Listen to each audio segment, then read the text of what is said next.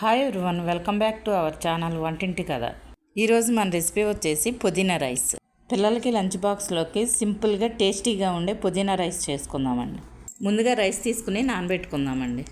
1 లోట basmati rice తీసుకున్నానండి. 2-3 సార్లు కడుక్కొని నీళ్లు పోసుకొని గంట సేపు నానబెట్టుకోవాలి.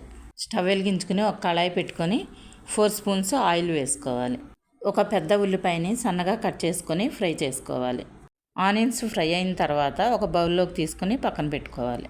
2 స్పూన్స్ జీడిపప్పుని ఫ్రై చేసుకుని తీసుకుందామండి.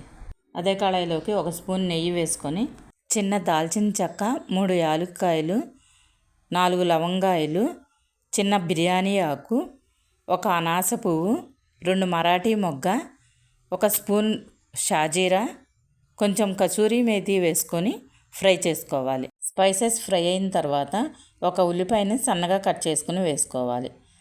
4 పచ్చిమిరపకాయలని కట్ చేసుకుని వేసుకోవాలి. ఉల్లిపాయ పచ్చిమిరపకాయలు ఫ్రై అయిన తర్వాత 1 స్పూన్ అల్లం వెల్లిపాయ పేస్ట్ వేసుకొని పచ్చివాసన పోయే వరకు ఫ్రై చేసుకోవాలి. 1 బౌల్ పుదీనా ఆకుల్ని మిక్సీ జార్లోకి వేసుకొని కొంచెం వాటర్ పోసుకొని మెత్తగా గ్రైండ్ చేసుకోవాలి. గ్రైండ్ చేసుకున్న పుదీనా పేస్ట్ని వేసేసుకోవాలి. కరివేపాకు, పుదీనా ఆకులు వేసుకొని ఆయిల్ పైకి తేలే వరకు ఫ్రై చేసుకోవాలి.